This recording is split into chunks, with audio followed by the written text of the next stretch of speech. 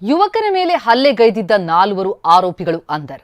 ಮನೆಯೊಳಗೆ ಪತ್ನಿ ಮಗು ಕೂಡಿ ಹಾಕಿ ಪತಿಯ ಕ್ರೌರ್ಯ. ಹತ್ಯೆ ಕೇಸ್ನಲ್ಲಿ ಜ್ಯೋತಿಷಿ ಕಮಲಾಕರ್ ಭಟ್ ಜೈಲು ಪಾಲು. ಇದೆಲ್ಲ ಸುದ್ದಿ ನೋಡೋಣ ಕರ್ನಾಟಕ ನ್ಯೂಸ್ ಟಾಪ್ 9 ನಲ್ಲಿ. ಮನೆಯೊಳಗೆ ಪತ್ನಿ ಮಗು ಕೂಡಿ ಹಾಕಿ ಪತಿ ಮೊಹಮ್ಮದ್ ಉಮೇರ್ ಎಸ್ಕೇಪ್ ಆಗಿದ್ದಾನೆ. ಹಾಸನ ಕೆಆರ್ಪುರಂ ಬಡಾವಣೆ ಠಾಣೆ ವ್ಯಾಪ್ತಿಯಲ್ಲಿ ಘಟನೆ ನಡೆದಿದ್ದು, ಕಳೆದ 3 ದಿನಗಳಿಂದ ಪುಟ್ಟ ಕಂದನ ಜೊತೆ ಮಹಿಳೆ ನರಳಾಡ್ತಿದ್ರು. ಮಾಹಿತಿ ತಿಳಿದು ಸ್ಥಳಕ್ಕೆ ಬಂದು ಪೋಷಕರು ಮಗಳನ್ನ ರಕ್ಷಿಸಿದ್ದಾರೆ. ಆದರೆ ಬೀಗ ಹಾಕಿದ ಮನೆಗೆ ಗೋಡೆ ಹತ್ತಿ ಆಕೆಯೇ ಹೋಗಿದ್ದಾಳೆ ಎಂದು ಉಮೇರ್ ಸಂಬಂಧಿಕರು ಆರೋಪಿಸಿದ್ದಾರೆ. ಅವರು ಒಬ್ಬರಿಗೆ ಕೂಡ ಹಾಕಕ್ಕೆ ನಾವೆಲ್ಲನೂ ಹೊರಗಡೆನೇ ಇದ್ದೀವಿ ಅಲ್ವಾ. ಜಂಪ್ ಮಾಡಿ ಹೋಗಿರೋದು ಸರ್. ಅವರು ಫುಲ್ ಹಠ ಮಾಡಿ ಮೇಲಿಂದ ಹೋಗಿದ್ದಾರೆ. 3 ದಿನ ಅವ್ರು ಇದ್ರು ಅಂತ ಹೇಳ್ತಾ ಇದಾರಲ್ಲ. 3 ದಿನದಲ್ಲಿ 1 ದಿನಾನು ಯಾರು ಬಂದು ಅವರಿಗೆ ವಿಚಾರಿಸಿಲ್ವಾ?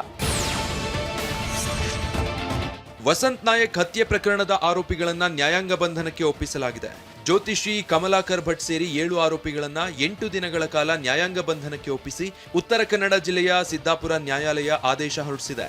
ಕಮಲಾಕರ್ ಭಟ್, ಸುಚಿತ್ರಾ, ಲೋಕನಾಥ್, ಆಕಾಶ್ ಸೇರಿ 7 ಆರೋಪಿಗಳು ಜೈಲು ಸೇರಿದ್ದಾರೆ.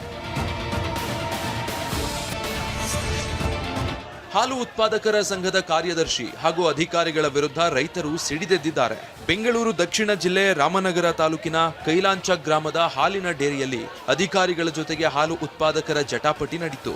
ಹಾಲು ಉತ್ಪಾದಕರ ಸಂಘದಲ್ಲಿ ಅವ್ಯವಹಾರ ನಡೆದಿದೆ.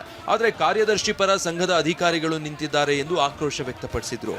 ಅವ್ಯವಹಾರದ ಬಗ್ಗೆ ಸೂಕ್ತ ತನಿಖೆ ಮಾಡುವಂತೆ ರೈತರು ಆಗ್ರಹಿಸಿದ್ರು.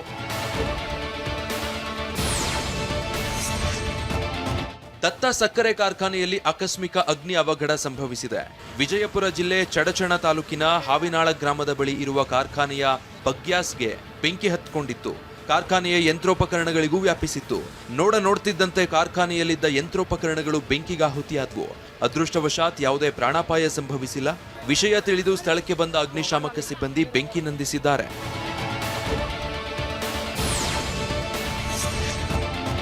ಗುತ್ತಿಗೆದಾರನ ಅವೈಜ್ಞಾನಿಕ ಕಾಮಗಾರಿಗೆ ಹೆದ್ದಾರಿ ಕುಸಿದಿದ್ದು ಫುಲ್ ಟ್ರಾಫಿಕ್ ಜಾಮ್ ಆಗಿತ್ತು. ಆನೇಕಲ್ ಬಳಿ ಆಂಬ್ಯುಲೆನ್ಸ್, ಶಾಲಾ ವಾಹನಗಳು ಸಿಲುಕಿ ಹೈರಾಣಾದ್ರು. ರೋಗಿಗಳು, ಶಾಲಾ ಮಕ್ಕಳು ಸಕಾಲಕ್ಕೆ ತಲುಪದೆ ಪರದಾಡಿದ್ರು. ಕುಸಿದ ಹೆದ್ದಾರಿ ಸರಿಪಡಿಸಲು ತರಾತುರಿಯಲ್ಲಿ ಕಾಂಕ್ರೀಟ್ ಹಾಕಲಾಗಿದೆ. ಅವೈಜ್ಞಾನಿಕವಾಗಿ ಕಾಂಕ್ರೀಟ್ ಸುರಿದು ತೇಪೆ ಹಚ್ಚುವ ಕಾರ್ಯ ನಡೆದಿದೆ.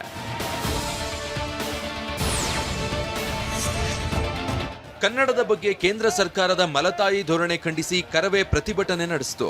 ಶಿವಮೊಗ್ಗದ ಖಾಸಗಿ ಬಸ್ ನಿಲ್ದಾಣದ ಬಳಿ ಕರವೇ ಕಾರ್ಯಕರ್ತರು ಧರಣಿ ನಡೆಸಿದ್ರು.